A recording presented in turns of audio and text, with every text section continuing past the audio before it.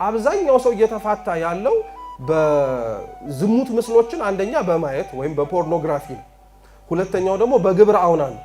አንዳንዶቻችን ኃጢያቱን እየሰራ ነው ሲነገር እናፍራለን። በአሃዝ ደረጃ ደግሞ ከ3 ሰዎች መካከል አንድ ሰው በየቀኑ እንደዚህ አይነት ነገር ይፈልጋል። ለምንድን ነው የምታደርጉት ተብሎ አንደኛ ሲጠየቅ ብቸኝነት ስላጠቃኝ ነው ብሎ የሚናገሩ አሉ። እንደኔ አይነቱን በእንደዚህ አይነት ችግር ውስጥ የወደቀውን ሰው ማንም ስለማይፈልገው ፈልጉኝ ብዬ ከመውጣት በእንደዚህ አይነት ችግር ውስጥ ራሴን ይዤ ብኖር ይሻላል የሚል ሰውም ደግሞ አለ። በተለይ ስለዚህ አንድ ሰው እንዴት ነው ወደ ግብረ አውናን ወይንም ደግሞ ወደ እንደዚህ አይነት ድርጊት የሚገባው? ግዴታ ሴት ስለሌለች ወይንም ደግሞ ሴት በመኖሯ ውስጥ ብቻ ነው ታሳቢነት ውስጥ የግብረ አውናን የሚመጣው ሲባል የምንጠይቀው ጥያቄ ምንድነው? አንድ ሰው ይሄንን ድርጊት ለማድረግ በፈለገበት ጊዜ ላይ ምክንያቱ ምንድነው ብለን እንጠይቃለን። ምክንያቱም ብዙ ሰው በነገራችን ላይ ኃጢያትን የሚሰራውና በፈተና ውስጥ የሚወድቀው ፈተና ውስጥ መውደቅ ስለፈለገ ብቻ አይደለም። ምክንያት አለው ሁሉም ሰው። ይህን ለምን እንደምታረገው ሲባል ይሄ እንደዚህ ስለሆነ ነው። ለምሳሌ በጣም የሚጠጣ ሰው በጣም አብዝቶ ራሱን እስኪስት ድረስ የሚሰክር ሰው ለምንድን ነው የምትጠጣው ሲባል ምክንያት የለውም አለው። ሁሉም ሰው አለው። አንዳንዱ ደስ ስለሚለኝ ነው የሚል አለ። አንዳንዱ ማቆም ስላቃተኝ ነው የሚል አለ። እነዚህን ሁለቱን በነገራችን ላይ እንደዛም ሲባልም ደስ ስላለ ብቻ የምትጠጣ ከሆነ አቁም ልንለው እንችላለን አይደል? ደስ ስላለኝ ነው እንደሚለው ደግሞ ሁኔታዎች ስለተመቻቹልኝ የጠጣሁትም የሚል ሰው ካለ ምን አርጉ ትላላችሁ? አቁም ትላላ። አሁን አንድ ሰው መጥቶ ለምንድን ነው የምትጠጣው ብላችሁ ብትጠይቁት ወይም ለምንድን ነው የምትጠጪው ተብላ ብትጠየቅ በጣም ብዙ በህይወቴ ውስጥ ከገጠሙኝ ጉስቁልናዎችና ካጣዋቸው ነገሮች ውስጥ ሊያላቅቀኝ የሚችለው ጥቂት ከችግሮቼ ሊያስረሳኝ የሚችለው መጠጡ ስለሆነ ነው የምጠጣው ቢላችሁስ ምንድን የምትሉት? አንተስ ቢያንስ ጥሩ ምክንያት አለ ዝም ብሎ ከሚጠጣው ትሻላለህ አይደለም የምንለው እንጂ። አያችሁት? ለምንሰራው ለሆነ ኃጢያትነቱ እንዳለው ሁሉ የምንሰጠው ምክንያት ግን ለኛ አሳማኝ መስሎ ከታየንና ለኛ አሳማኝ መስሎ ከተሰማን ኃጢያቱን ራሱ ልናጸድቅለት እንችላለን ማለት ነው አይደለ? ስለዚህ ክፉ ነገር ማድረጉ እንዳለ ሆኖ ግን ያ ክፉ ነገር እየሰራው ያለው መጥፎ ነገርን ሺህ ነገር ምክንያት ቢደረድር ከክፋትነቱ ሊለወጥ አይችልም። እንደዚሁ ሁሉ በስካሩ ለማስረዳት እንደሞከርነው ሁሉ በግብረ አውናንም ተመሳሳይ ነገር ነው። ለምሳሌ ለምንድነው እንደዚህ አይነት ነገር የምታደርገው ወይንም ደግሞ ለምንድነው ይሄንን ነገር የምትፈጽመው ተብሎ ሲጠየቅ አንዳንድ ሰው ምን ብሎ ለሚናገረው ብቸኛ ስለሆንኩኝ ነው ብሎ የሚናገረው። በተለይ ይሄ ችግር በአሃዝ ደረጃ ወይንም ደግሞ በቁጥር ደረጃ ጥናት ያደረጉበት ሰዎች ሲናገሩ ምን ይላሉ መሰላችሁ?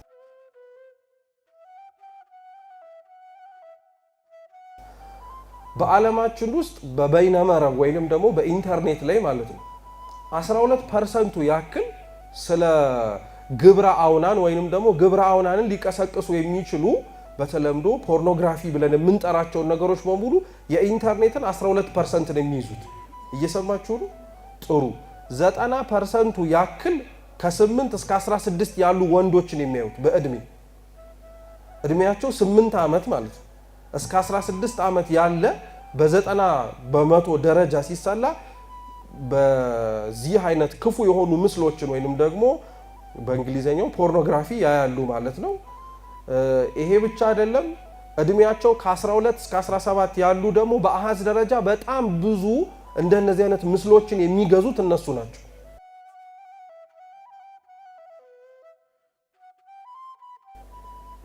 ጥሩ ይሄ ብቻ አይደለም። አሁን 70% በወንዶች ደረጃ ማለት ነው ከ18 እስከ 34 ዓመታቸው ያሉ ማለት ነው በየወሩ ቢያንስ በትንሹ እንደነዚህ አይነት ግብረ አውናንን ሊፈጽሙ የሚያስችላቸውን ምስሎችን ድምጾችን የማየት እድል ወይንም ደግሞ በራላቸው ይባላል።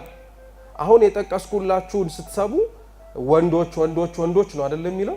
አው ለችግሩ ለእንደዚህ አይነት ነገር በጣም ተጠቂዎቹ ወንድሞች ስለሆኑ ነው። በቤተ ክርስቲያናችንም ትምህርት መሰረት አምስቱ ጾታ ምእመናን ከሚባሉት መካከል ወራዙት ተብለው የሚጠሩት ወጣት ወንዶች ትልቁ ጾራቸውና ፈተናቸው ዝሙት ነው። ልክ የሴቶች ምንዝር ጌጥ ነው ወይንም ደግሞ ትውዝፍት ነው እንደሚባለው ማለት ነው። ነገር ግን ይሄ ችግር በነገራችን ላይ ሰዎችን ብቻ መርጦ ወንዶችን የሚያጠቃ አይደለም። ልክ አሁን እንደተጠቀስናቸው የቁጥር መረጃዎች በደንብ አድርገን ብንመለከተው ቢያንስ ከነባራዊው አሁን ካለንበት ዓለም ከ6 ሴቶች መካከል አንዷ ሴት ለእንደዚህ አይነት ችግር ተጠቂ ነው።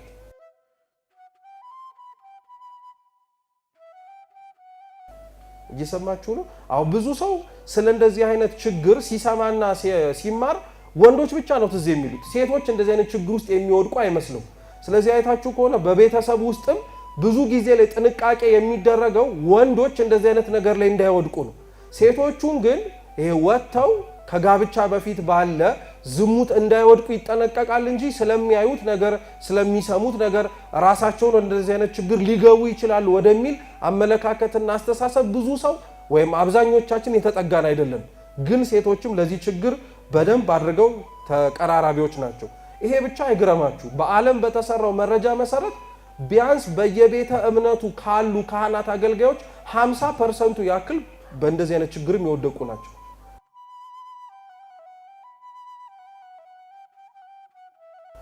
ይሄንን ማወቅ ደግሞ ለምን ያስፈልጋል? አንዳንድ ችግሮች እንደ ችግርነታቸው መፍትሄ መስጠት ሲያስፈልገን ድርጊቶቹ ልክ እንዳልሆኑ እያወቅን ነገር ግን ማድበስበሻና ማለስለሻ ምክንያቶችን እናስቀምጥለታለን። እየሰማችሁ ነው? አይ እንደዚህ ስለሆኑ ነው፣ አይ እንደዚህ ስለተሰማቸው ነው ይባላል። ግን እውነታው እንዴት ነው? ይሄ ወንድን ሴትን ለይቶ ይሄ ችግር እንደማያጠቃው ሁሉ የተቀደሱ ያልተቀደሱ ካህናት የሆኑ ያልሆኑ ብሎ ነገር የለም። ካህናትም በእንደዚህ አይነት ችግር ሊጠቁ ይችላሉ ማለት ነው። እየሰማችሁ ነው? ጥሩ። ይሄንን ደግሞ እንድናይ እንድንመለከት ሊያደርገን የሚችለው ትልቅ ኢንዱስትሪ ነው ብለን ብናየው ወይንም ደግሞ ትልቅ ድርጅት ነው ብለን ብናስበው ደግሞ ለዚህ ግብረ አውናንን ለመፈጸም ያስችል ዘንድ የሰዎችን ልቅ የሆነ ግንኙነቶችን እንድናይ ሊያደርገን የሚችለው ድርጅት በጀቱ ከ10 እስከ 14 ቢሊዮን ነው። እየሰማችሁ ነው? ይሄ ቢሊዮን ወይም አሁን የነገርኳችሁ በጀት ያን ያክል ላይ ደንቃችሁ ይችላል። ግን ይሄ በጀት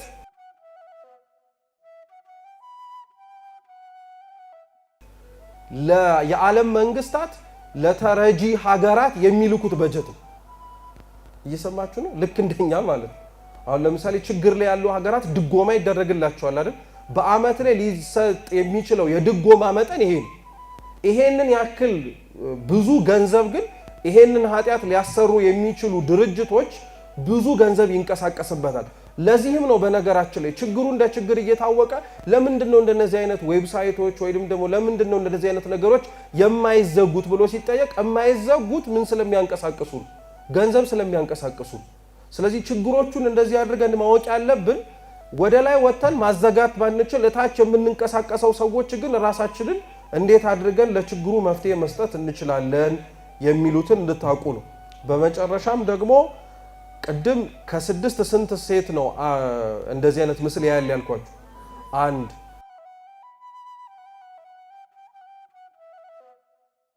በአሃዝ ደረጃ ደግሞ ከ3 ሰዎች መካከል አንድ ሰው በየቀኑ እንደዚህ አይነት ነገር ይፈልጋል። ኢንተርኔት ውስጥ ገብቶ ለማየት ማለት ነው። ከ3 ሰው ስንት ሰው ማለት ነው? አንድ ሰው። ይሄም አይደለም ባለፉት 15 ዓመታት ማለት ነው ለብዙ ጋብቻዎች መፍረስ ተጠያቂው ይሄ ኃጢአት ነው። ምክንያቱም ላጤዎችን የሆኑ አሁን ቅድም እንዳልኳችሁ አንዳንድ ሰዎች ይሄንን ችግር ውስጥ ለምንድን የገባችሁት ለምንድን የምትፈጽሙት ሲባል ብቸኛ ስለሆንኩ ነው አይደል የሚሉት። ብቸኛ የሚሆነው አንድ ሰው ሳያገባ ሲቀር ብቻ አይደለም።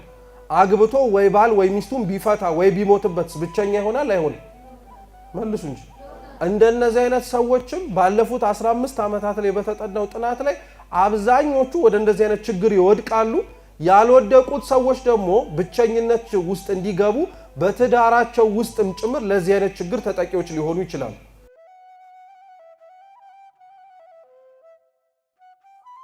ስለዚህ ይሄ ችግር ልክ እንደ ጉንፋን ብታስቡት በጣም ወረሽኝ ነው። ነገር ግን ብዙዎቻችን ወደ ብርሃኑ አውጥተን ለመነጋገር ስለማንደፍር አንደኛ፣ ሁለተኛ ደግሞ ብዙ የምንሰማው ሰዎች ደግሞ ለጆሮአችን ስለሚሰቀጥጥ ሊያውም ኃጢአት ውስጥ እያለን ማለት ነው። ይሰማችሁ ነው? አንዳንዶቻችን ኃጢአቱን እየሰራ ነው ሲነገር እናፍራለን። ልክ አሁን ለምሳሌ ሌባ የሚሰርቅ ሰው በተሰበሰበበት ቦታ ላይ ስለ ሌብነት ቢማር የሰረቀው ሰው ይሳቀቃል አይሳቀቅም? ገና ለገኔ ስለኔ እያወራ ነው ስለሚል ማለት ነው። እንደዚሁ ሁሉ ይሄንንም ችግር ወደ ብርሃን አውጥቶ ለመነጋገር በጣም ከባድ ያደረገው ነገር ቢኖር ብዙ ሰው ስለ እንደዚህ አይነት ችግር አንደኛ ተጠቂናት ሀገራችን ብሎ ስለማያምን ውጭ ዓለም ላይ ያሉ ልጆች ናቸው እንጂ እኛ ሀገርማ አይመጣም እንዳለን። ግን እውነት እንነጋገር ከተባለ በየከፍተኛ ተቋማቱ በየሃይ ስኩል ወይንም ደግሞ በሁለተኛና በመጀመሪያ ደረጃ ትምህርት ቤቶች ውስጥ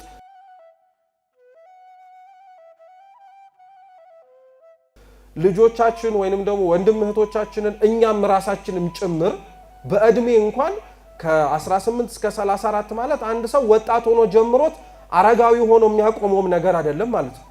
በውጮቹ ዓለማት ላይ ባሉ ችግሮችማ ብንመለከተው በጣም ነው የሚደንቃችሁ። በእርጅና ዘመናቸው በ70ና በ80 ውስጥም ሆነው ወንዶቹም ሴቶቹም ይሄንን ድርጊት ይፈጽሙታል።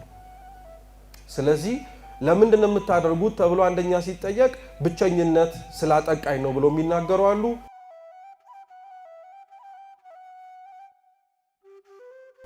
ሁለተኞቹ ደግሞ ለምንድን ነው በግብረ አውናን ወይንም ደግሞ በእንደዚህ አይነት ድርጊት ውስጥ የተጠመድከው ሲባል ደግሞ እንደኔ አይነቱን በእንደዚህ አይነት ችግር ውስጥ የወደቀውን ሰው ማንም ስለማይፈልገው ፈልጉኝ ብዬ ከመውጣት በእንደዚህ አይነት ችግር ውስጥ ራሴን ይዤ ብኖር ይሻላል የሚል ሰውም ደግሞ አለ። በተለይ ደግሞ ኃጢያቱን በጣም ለተወሰኑ ጊዜያት የዘለቀበትና እየታገለ እየወደቀ ለመተው እየፈለገ መልሶ እየተንሸራተተ የሚገባ ሰው ከእንደዚህ አይነት ችግር ለመላቀቅ ያልታደለ በቃ ሙሉ በሙሉ ለእንደዚህ አይነት ነገር የተፈጠረ እስኪመስለው ድረስ ራሱን ስለሚያስበው ለምንድን ነው እንደዚህ አይነት ነገር ውስጥ የገባው ሲባል የገባበትን ምክንያት ሊያውቅ ይችላል። ከገባ በኋላ ግን ለምንድን ነው የማትወጣው ተብሎ ግን ሲጠየቅ ወጥቼስ ማን ይፈልገኛል ይላል። እየሰማችሁ ነው? ወንዶችም ሴቶችም ይህንን ችግር ልክ ካቆሙት በኋላ ወደ ቅዱስ ጋብቻ ወደ ተለያዩ ነገሮች መግባት አለባችሁ። ይህንን የሚሰማችሁን ስሜት ጤናማ በሆነው ክርስቲያናዊ በሆነው መንገድ መፍታት አለባችሁ ሲባሉ ከነ ችግሬ ማን ሊፈልገኝ ይችላል ብለው ስለሚያስቡ እዛው ችግር ውስጥ የሚቀሩ ወይንም ደግሞ የሚቀመጡ አሉ።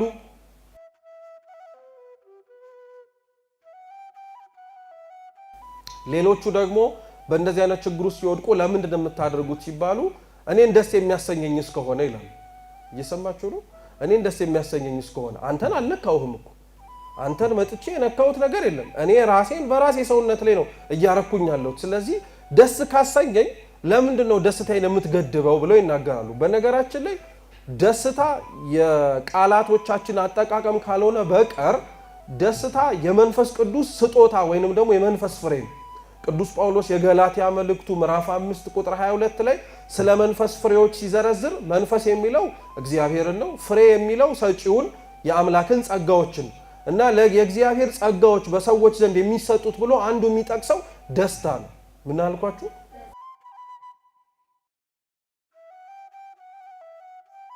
እንዴት ነው አንድ ሰው በእግዚአብሔር መንፈስ ቅዱስ በመኖሩ በቤተ ክርስቲያን በሕግጋተ ሥርዓት በመኖሩ ምክንያት ሊያገኘው የሚችለውን ደስታ ሰው ኃጢአት እያገኘ እንዴት ሊያገኘው ይችላል? ቃላቶቹን ተመሳሳይ ስላደረግነው ነው እንጂ በክርስቲያናዊ ሕይወት ውስጥ ያለው ደስታና ኃጢአት በመስራት ውስጥ ያለው ደስታ በፍጹም ይለያያሉ። እየሰማችሁ ነው?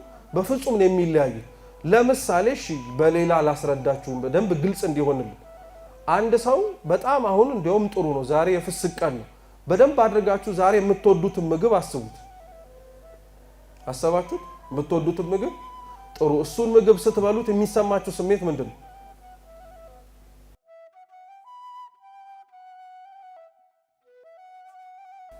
አትካፉ መቼም የምትወዱት ምግብ እኮ ነው። ምንድን ነው የሚሰማችሁ? ደስታ። በጣም ጥሩ። ደሞ ጠዋ ነገረቡ ከሰዓት ቅዳሴ ለማስቀደስ ሄዳችሁና ያለምንም ረብሻ ያለምንም ሐሳባችሁ ሳይበተን አስቀድሳችሁ ወጣችሁ። እንደዚህ በተረጋጋ ስሜት አስቀድሳችሁን ስትወጡ የሚሰማችሁ ስሜት ምንድነው? እንዴት ስታስቀድስ የሚሰማ የደስታ ስሜት የሆነ ስጋዊ ምግብን በልተ ተመሳሳይ ስሜት እንዴት ሊሆን ይችላል? አያችሁት? ቃላቶቹን ለመጠቀም ከምንፈልግባቸው መንገዶች አጠቃቀማችንም ከመሳሳቱ ነው እንጂ በመንፈሳዊ ነገሮች የምናገኛቸው ነገሮች ናቸው ደስታ እየተባሉ ሊጠሩ የሚችሉት። ከዛ ውጪ ግን ያሉት ነገሮች ስሜት ነው የሚባሉት። ምክንያቱም የምትወዱትን ምግብ ዛሬ በልታችሁት እንደተደሰታችሁት በጣም ብትበሉትስ ተውት፣ መታመሙን አያንገሸግሻችሁ? በቃ አሁን ለምሳሌ በዓለ ሃምሳ ጥሩ ምሳሌ ነው። እንደዛ ጾመን አንዴ ብቻ ይፈታል። ከሳምንት የዘለቀ የስጋ ግንኙነት አይኖረን። ልክ ከሳምንት በኋላ ምን አምጡልኝ ማለት ትጀምራለህ። ሽሮ ትላላችሁ። ስለዚህ በጣም የሆነ ነገር ስትደጋግሙት ምን ያደርጋል ማለት ነው? ይሰለቻል ማለት ነው። ስለዚህ የምግቡን ደጋግማችሁት ሊሰለቻችሁ የሚሰማችሁን ስሜት እንዴት በቅዳሴ ውስጥ ካለው ከሚሰማው ደስታ ጋር አንድ አይነት ሊሆን ይችላል?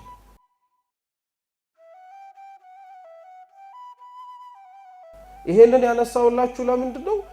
አንዳንዶቻችን በእንደዚህ አይነት ችግር ውስጥና ድካም ውስጥ ያለን ሰዎች ሊሰማን የሚችለው ስሜት ደስታ ስለሚሰማን ነው የምናደርገው ካልን እንዴትስ እንደዚህ አይነቱን ሰው ልናክመው እንችላለን? ደስታውን ልነጥቀው አንችልም አይደል? እንችላለን? አንችልም።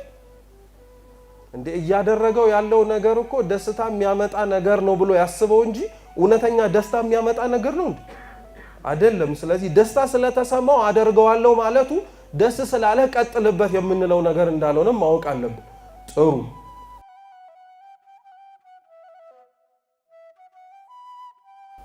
ሌላኛው እንደነዚህ አይነት ችግር ውስጥ የሚወድቁ ሰዎች ለምንድን ነው የምትወድቁት ሲባል ደግሞ እንደነዚህ አይነት ነገሮች ኃላፊነት አይጠይቁም። ብዙ ሰው በነገራችን ላይ በእንደዚህ አይነት ችግር ውስጥ ሲገባ የማያስተውለው ነገር ምንድነው? ይሄንን ችግር በጣም በተደጋጋሚ የገቡና የሚፈጽሙ በዚህ ኃጢአት ውስጥ የወደቀን ሰዎች ማለት ነው ልብ የማንለው ነገር ድርጊታችን ከደስታም ባለፈ ኃላፊነት ለመቀበልም እንደማንፈልግም ጭምር አመላካች ነው። ምክንያቱም ያ አውናን በጭኗ ያፈሰሰው ዘር በማህፀኗ ውስጥ ቢያርፍ ኖሮ እንደ እግዚአብሔር ፈቃድ ምን የመሆን እድል ነበር? ልጅ አይደል እንዴ? ስለዚህ ሰው ያንን ድርጊት የሚፈጽመው ማህፀን ውስጥ ማረፍ እየተጠበቀበት ነገር ግን እንዳያርፍ የሚከለክለው ዘርን ለምን የምትከለክለው ሲባል ደስታ ስለሚፈጥርለት ብቻ ሳይሆን ያንን ነገር ቢያደርገው ሊመጣ የሚችለውንም ኃላፊነት ምን ማድረግ ስለማይችል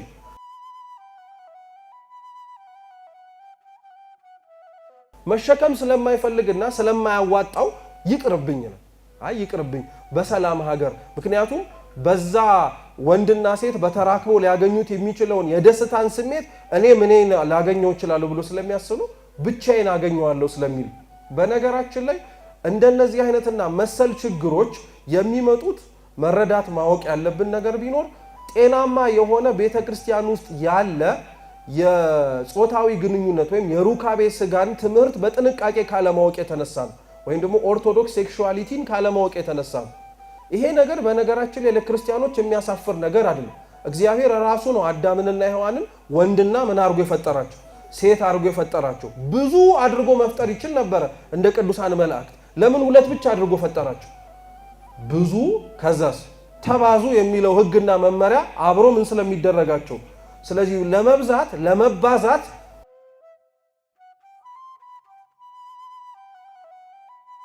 መመሪያ ብቻ ሳይሆን ለመብዛትና ለመባዛት የሚያስፈልጋቸውንም ስሜት ማን አብሮ ሰጥቷቸዋል? እግዚአብሔር። ቅዱስ ዮሐንስ አፈወርቅ ለዛ ነው ስሜቶቻችሁን አትጥሏቸው ይላል። ምክንያቱም እግዚአብሔር የሰጣችሁ ስጦታዎች ናቸው። ወንድ ለሴት ሊሰማው የሚችለው ስሜት፣ ሴትም ለወንድ በትዳር ውስጥ ሊሰማቸው የሚችለው ስሜት እግዚአብሔር የሰጠው ስጦታ ነው። እነዛ ባይኖሩ ኖሮ ወደ ተቀጣዩ ወደ መብዛትና ወደ መባዛት ወደሚሉት ነገሮችም ጭምር መሄድም ጭምር አይታሰብም፣ አይሆንምም ጭምር። ስለዚህ እግዚአብሔርን ለእንደዚህ አይነት ስሜቶቻችን መነሳትና መኖር ተጠያቂ ልናደርገው አንችልም። እሱ የሰጠበት እና እሱ ይህንን ለሰዎች ያጎናጸፈበት ጸጋ ዘራችንን እየተካን ጤናማ በሆነው በኦርቶዶክሳዊ የጋብቻ ሕይወት መኖር እንድንችል ነው እንጂ ይህንን ስሜት በባልና በሚስት በተራክቦ የሚያገኙትን ማለት ነው ባለ ተራክቦ ወይንም ደግሞ ድሮ ዝሙት ነበር የሚባለው። አሁን ደግሞ ከዝሙትም ይሄ ይከፋል። ምክንያቱም ከማንም ጋር እየተገናኘ አይደለም። እየሰማችሁ ነው? ከማንም ጋር እየተገናኘ አይደለም። ይሄ ብቻውን በምናቡ ካለ ነገር ጋር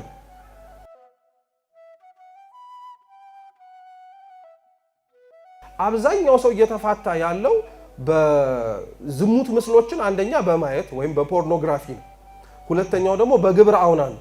እንዴት ነው ፖርኖግራፊ ሙሉ በሙሉ ትዳርን እስከ ማፍረስ ደረጃ የሚደርሰው ተብሎ ቢጠየቅ አንደኛ ያንን ድርጊት የሚያየውና የሚመለከተው ሰው ፍላጎቱ ምንድነው? ከሚስት ወይ ከባል ያጣውን ነገር ከሌላ ሰው ለማግኘት ነው። ለምሳሌ በሚስት ተክለሰውነት በባል ተክለሰውነት ላይ ያጣውን ነገር አለው ብሎ በሚያስበው ሰው ውስጥ በምናቡ ውስጥ በመሳልና ደስታ ስሜት ውስጥ በመግባት ሊያደርገው ይችላል። ለዛ ነው በጣም ነው የሚደንቃችሁ ክርስቲያኖች አንዳንድ ባለትዳሮች ከባል ከሚስት ሚስት ከባል አብረው እያደሩ ግን አብረዋቸው የማያድሩ አሉ። በህሊናቸው ከሚስታቸው ጋር ሳይሆን ቅድም ካዩት ከሴትየዋ ጋር አብሬ ዝሙት እየፈጸምኩኝ ነው፣ አብሬ ከሷ ጋር ነው እያደርኩኝ እያለ የህሊና ቁስልና ጠባሳ ኃጢአት ያለባቸው ማለት ነው። እንዲህ ከመሆን እግዚአብሔር ይሰውረን። በጣም አደገኛ የሆኑ ነገሮች ናቸው በነገራችን ላይ። ስለዚህ በዚህ ምክንያት ሰው ትዳሩን ሊያፈርስበት ይችላል፣ እነዚህን ምስሎች ማየቱ ማለት ነው።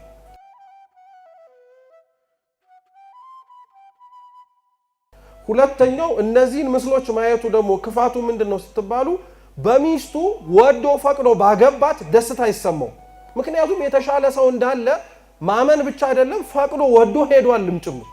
ስለዚህ ሚስቱን ሲያያት ሊያያት የሚፈልገው ስለ ቤቷ ስለ ሰውነቷ ወይም ሚስት ባሏን ስታየው ስለ ቤቱ ስለ ሰውነቱ የከፈለውን ዋጋ ያዩ ከመደነቅና በፍጹም ቸርነት ውስጥ ተመልክተው ይህ ሁሉ የሆነው ለኔ ነው ከማለት ይልቅ ይሄ ሁሉ ምን ያደርጋል ንጹህ የሆነ ሰውነት ነው እንጂ የሚያስፈልገው ወደሚል የመሸሽ የመጥላት አይነት ስሜት ውስጥ እንዲገቡ ምክንያት ይሆናቸዋል። እየሰማችሁ ነው። በነገራችን ላይ ይሄን ትምህርት ለመማርና እንዲህ ለመስማት ማግባት አይጠበቅባችሁ። እየሰማችሁ ነው። ብዙ ትምህርቶችን እንዲህ ያረግን ተሞኝተናል።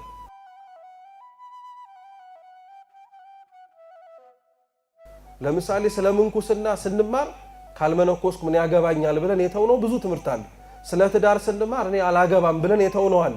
እንዲህ አይነት ችግሮችም ስንሰማ እኔ ውስጥ ከሌለ መስማቱ ምን ያደርግልኛል የሚልም ሰው ስላለን ግን ሁላችንም የችግሩ ተጠቂ አንሁን እንጂ ችግሩ ውስጥ ያሉ ሰዎችን ግን በሩቅም በቅርብም እናውቃለን፣ እንሰማለን፣ አጠገባችንም ጭምር ሊሆኑ ይችላሉ። ካልሆነ እኛም ተጠቂዎች ነን። ይሄንን ስለሚያሳስብ ስለዚህ ባለትዳሮች ምስሎቹን በማየት በእንደዚህ አይነት ችግር ውስጥ ይወድቃሉ። መዝሙረ ዳዊት መዝሙር 101 ቁጥር 3 ላይ ልበ አምላክ ዳዊት ምን ይላል?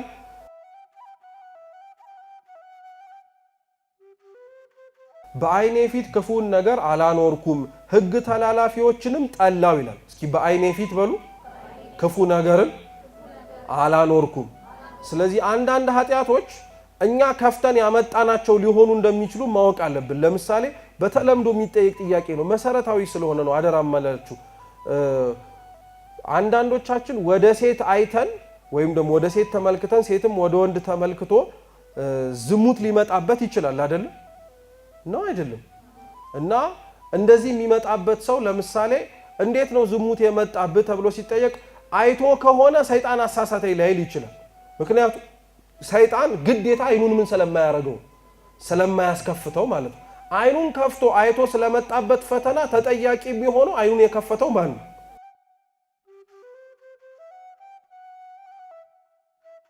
ያ ራሱ ግለሰቡ። እየሰማችሁ ነው?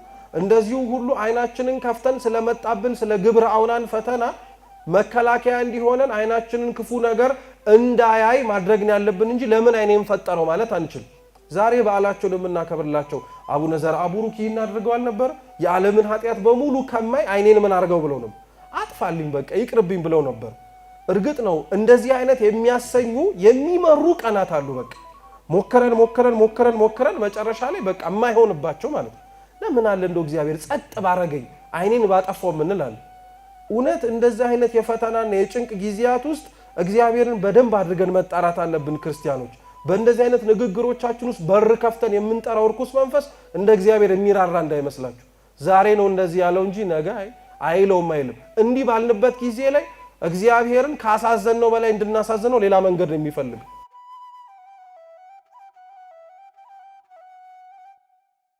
በኃጢአት ላይ ኃጢአት መጨመርን ማለት ነው። ግብረ አውናን መፈጸሙ ሳያንሰው ራሱን ደግሞ በማጥፋት ውስጥ ህይወትና እረፍት አገኛለሁ የሚልን ሐሳብን ሊዘራ ይችላል። መዝሙር 118 ቁጥር 37 ደግሞ ከንቱ ነገርን እንዲያዩ አይኖቼን መልስ። ይሄ እንደውም ጸሎት ነው፣ ደስ ይላል። እስኪ አብራችሁ በሉ። ከንቱ ነገርን እንዳያዩ አይኖቼን መልስ፣ በመንገድህ ሕያው አድርገኝ። እግዚአብሔር ሁላችንንም ሕያው ያድርገን። ጥሩ። ሌላኛው ሶስተኛው በዚህ ችግር ውስጥ ያሉ ወንድም እህቶቻችን ማለት ነው የሚወጡበት ወይም ለመውጣት ሲያስቡ መውጫው መንገድ ምንድነው? ከንቱ እያንዳንዱ ፈተናዎቻችን ውስጥ እግዚአብሔር አምላክ መውጫ መንገድ እንዳለ እንድናውቅ ነው። በራሳችንም ገባን፣ በሰይጣንም ገባን፣ እግዚአብሔርም አስገባን። ቸር ነውና እግዚአብሔር ለሁሉም ምን ማድረጊያ መንገድ አዘጋጅቷል፣ መውጫ መንገድ አዘጋጅቷል። አንደኛ ቆሮንቶስ ምዕራፍ 10 ቁጥር 13 ላይ ትታገሱም ዘንድ እንድትችሉ ከፈተናው ጋር መውጫውን ደግሞ ያደርግላችኋል ይላል።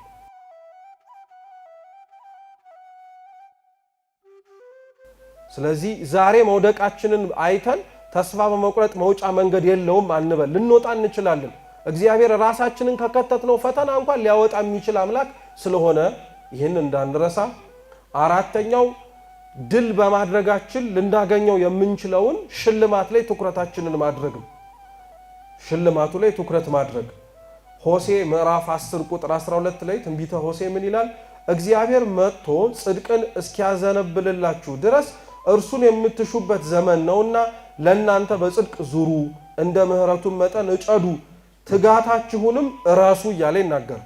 ጠቢቡ ሰሎሞን ደግሞ ምሳሌ ምዕራፍ 11 ቁጥር 18 ላይ ጽድቅን የሚዘራ ግን የታመነ ነው፣ ዋጋ አለው ይላል። ስለዚህ ትኩረታችን በእንደዚህ አይነት ችግር ውስጥ ያለን ሰዎች የወደቅንበት ሊያመጣብን የሚችለው ሐሳር ሳይሆን ስንነሳ ልናገኘው የምንችለውን ክብር ትኩረት በማድረግ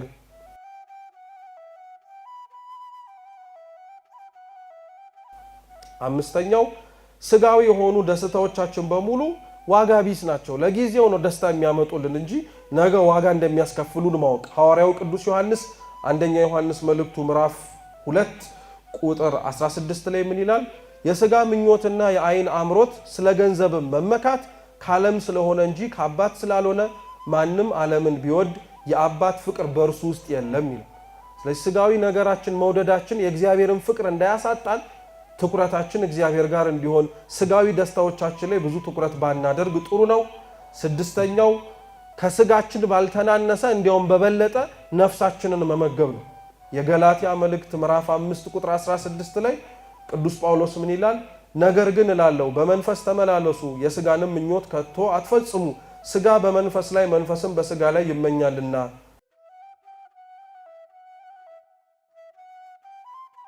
እነዚህም እርስ በርሳቸው ይቃወማሉ፣ ስለዚህ የምትወዱትን ልታደርጉ አትችሉም ማለት። እንደዚህ አይነት ድርጊት ውስጥ ያሉ ወንድም እህቶቻችን ማቆም እየፈለጉ የማያቆሙ አይደል? እየፈለግን ማድረግ የከበደን አይደል? ስለዚህ ያንን ማሸነፍ የምንፈልግ ከሆነ ከስጋችን ይልቅ ነፍሳችንን መመገብ ግድ ይለናል ማለት ነው። ሰባተኛው ራስን በደንብ አድርጎ በስራ መወጠር ነው። ስምንተኛው 1000 ጊዜ ብታደርጉት ያን ያክል አትደናገጡ። የምስራቃውያን ሊቃውንት ነው እንደዚህ የሚሉት። ቃል በቃል ላንብብላችሁ። 1000 ጊዜ እንኳን ብታደርጉት ያን ያክል አትደናገጡ። ምክንያቱም መደናገጣችሁ ከኩራት የመጣ እንዳይሆን ተጠንቀቁ ይላሉ። አንዳንድ ሰው በኃጢአት መውደቁ የሚያስደነግጠው ኃጢአት መስራቱ አይደለም፣ እኔ እንዴት ይሄንን አደረግኩ እንጂ።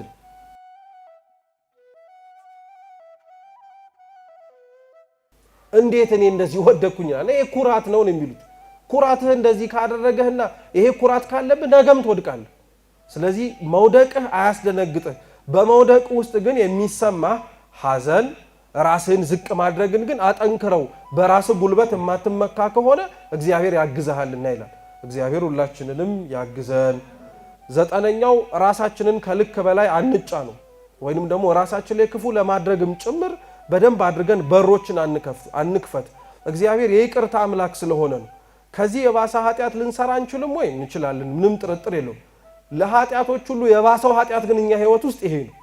ስለዚህ ይሄንንም ኃጢአት ይቅር የሚል አምላክ እንደሆነ መርሳት የለብንም። ምክንያቱም ምህረቱ ከበደላችን በላይ ስለሆነ ይህንም መርሳት የለብንም። አስረኛውና የመጨረሻው ደግሞ ስግደት ነው። እስኪ ስግደት በሉ እንጂ። ጥሩ። አንድ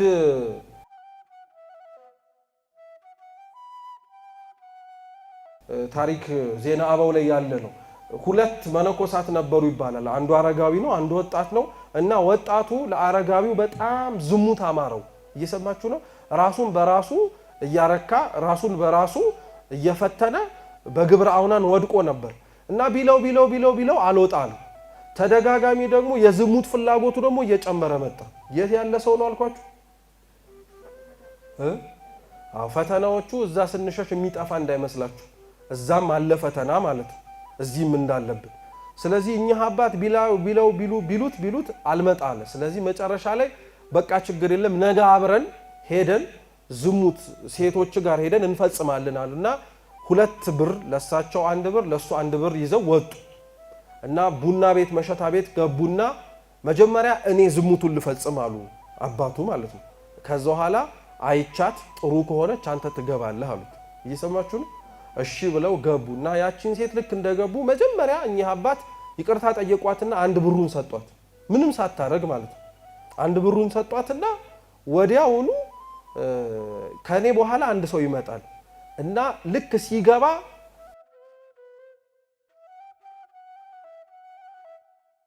እንዲ አድርጊ እሺ አደራ አሏት።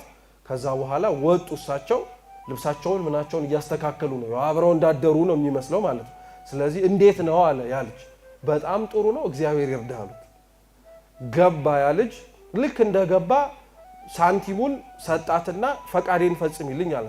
በቃ ፈቃድህን ከመፈጸሜ በፊት አስቀድሜ እኔም አንተም ማድረግ የሚጠበቅብን ነገር አለ ጎበዝ እንድትሆን ከፈለክ አለችው። እየሰማችሁ ነው? ያው ልምድ ስላላት ነው እሷ እየመከረችው። እሻለና 20 መጀመሪያ እንስገድ አለችው። እየሰማችሁ ነው? 20 ሰገዱ። አሁን ደግሞ 30 እናርገው አሉ። 30 አረጉት።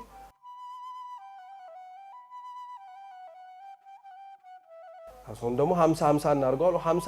50ኛው ላይ ሲደርስ በጣም የዝሙት ጾር እንደ እሳት ሲበላው የነበረው ያ ወጣት መነኩሴ የገባበት ሁኔታና ያለበትን ሁኔታ አይኑን ገልጦ ማየት ጀመረ። እና ምን ላደርግ ነው የመጣሁት? ለምንስ ነው እዚህ የምሰግደው አለ።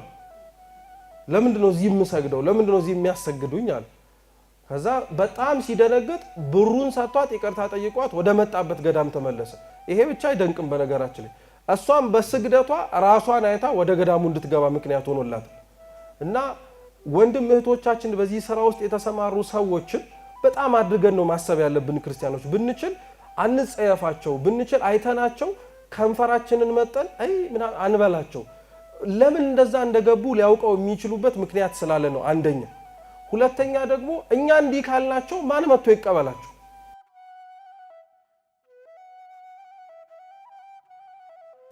ቤተ ክርስቲያን ውስጥ ያለ የይቅርታ በር ክፍት እንደሆነ በእኛ ውስጥ አይተው መግባትን እንዲፈቅዱ ካላመቻቸንላቸው ማን ያስገባቸው? አስታውሳለሁ የሆነ አመት በፊት ላይ ልምድ እንዲሆናችሁ ነው። አንድ ባለጸጋ ነበሩ ይባላል እዚሁ ሀገራችን ላይ። ትልቅ መኪና ይዘው ይመጡና ደግሞ ብዙ ሴት ነው የሚያስገቡት። 7-8 ሴት ያስገቡና ይዘዋቸው ሆቴል ይወስዷቸውና ለእያንዳንዳቸው የዕለት ገቢያቸውን ይሰጧቸውና ቁጭ አድርገዋቸው ቅዱሳት መጻሕፍት እንዲያነቡ ያደርጓቸው ነበር። ተከፍሎሻል፣ እኔ የሚያስደስተኝን ነገር ነው አይደል ለማድረግ የመጣሽው፣ ይህን የሚያስደስተኛሉ ያስደርጉ ነበር። እና በጣም ብዙ ሴቶች በዛ መንገድ ወደ ክርስቲያናዊ ህይወት ገብተዋል። አንድ ቀን ሜዳ ላይ ከሚያድሩ